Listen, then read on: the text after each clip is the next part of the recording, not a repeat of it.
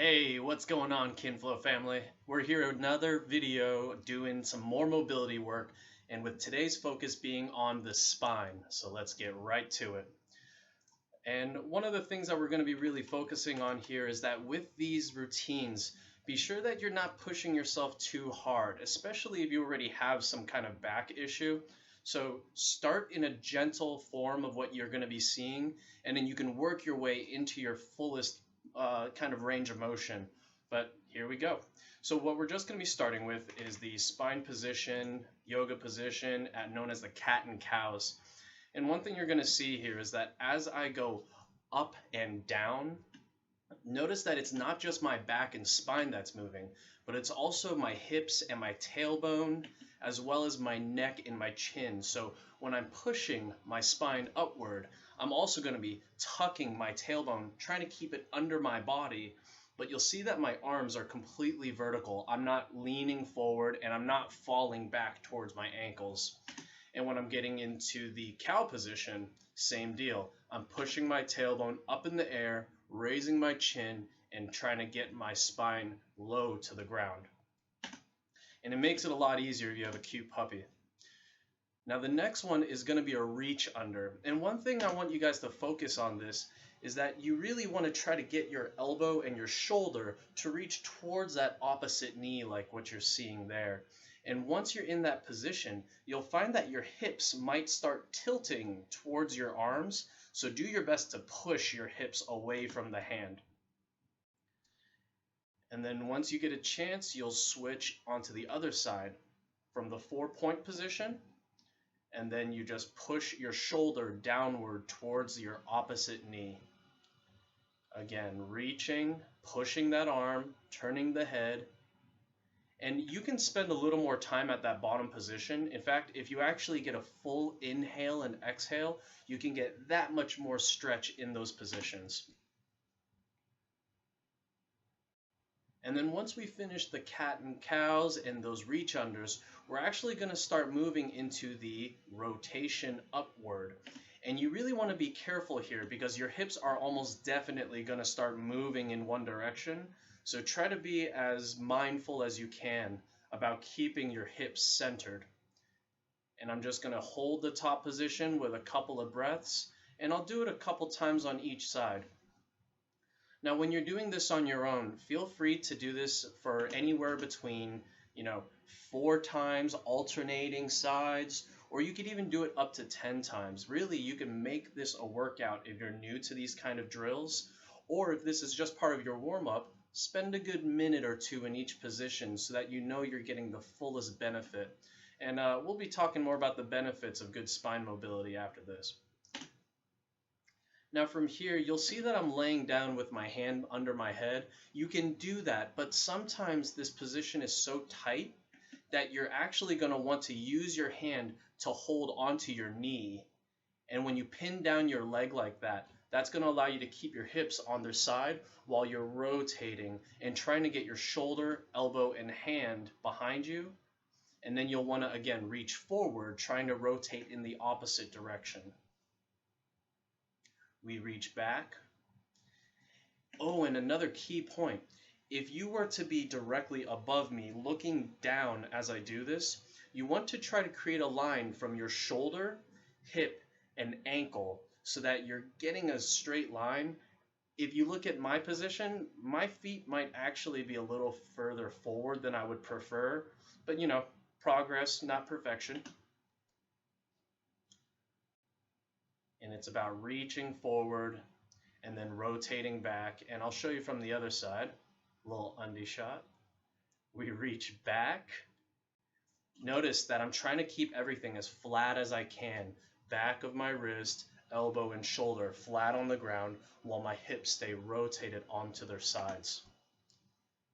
And in this stretch position, I'm actually doing a better job of keeping that shoulder, hip, ankle alignment across.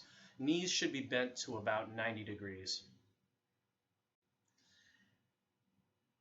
And then from here, we finish off by doing some cobras and then pushing back into child's pose. And then I'll usually do this just a couple times. just to kind of get that full reset.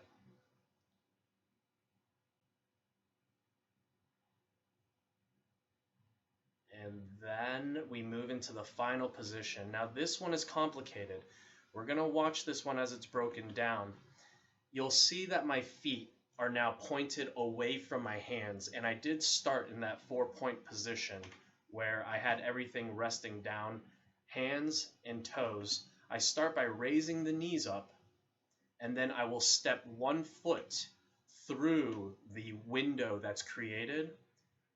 Notice that my toes are planted, but I'm going to rotate them and plant firmly on the heels of both my feet. And I'm going to continue looking down at my arm, pushing my arm through the floor, and I'm going to push my hips as high as I can. So notice my shoulders are stacked vertically while my hips are aligned horizontally. This rotation is going to allow you to get better movement in your mid-spine. And then of course you can reach the other arm up in the air. It doesn't really matter, but it can be helpful. And again, I step through the other side, and it's the same thing. Now, again, this may be very difficult for some people, so you don't have to be able to start with this exercise. If you follow this video routine all the way through, you can work your way into each one. In my opinion, each drill is a little bit more advanced than the last.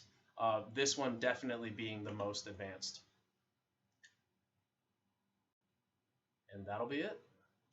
So now we're going to get into the whole topic of why the benefits of the spine mobility is actually something you want to focus on. You know, when you sit down for a long time, you kind of start hunching over. Maybe you're not thinking about it, but if you start hunching over from the mid-spine, or if you're hypercompensating and you like to stand way too tall, then what happens is that your neck actually starts warping its position. And in a fully aligned spine, you know, starting from the base of the skull all the way down to your tailbone, a good position to kind of judge your posture is that your ear should be aligned with your shoulder and that you should have slight rounding in your upper back. Very slight. It's not going to be completely flat. When you do achieve your perfect posture, you actually get a lot more energy efficiency because you're now, you know, you're able to relax the spine into a position where it's able to freely rotate.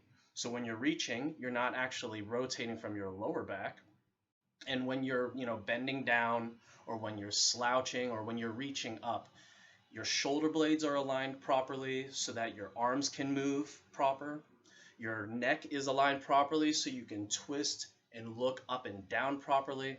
And it's just a really good way to make sure that you're going to be having the healthiest back strength and the most natural movement. And where the energy efficiency comes in is that you're no longer fighting tight points that are preventing you from moving. So now instead of rotating from the spine, you have to compensate because you're stiff and reach across, and it's not going to work. So now your hips have to move. All these little things that we do with our mobility training is to help get us to a more relaxed position, regardless of if we're exercising or not, regardless of if we're sitting or standing, and this will allow us to have optimal health. If you guys have any more questions, please feel free to message us, and make sure to check out our Instagram at kinflow.wellness, where we're posting up tons of content to help you achieve your better health. We also will be bringing in a couple more topics related to nutrition, so be sure to keep up with our videos. Thanks for joining us today, and have a good one.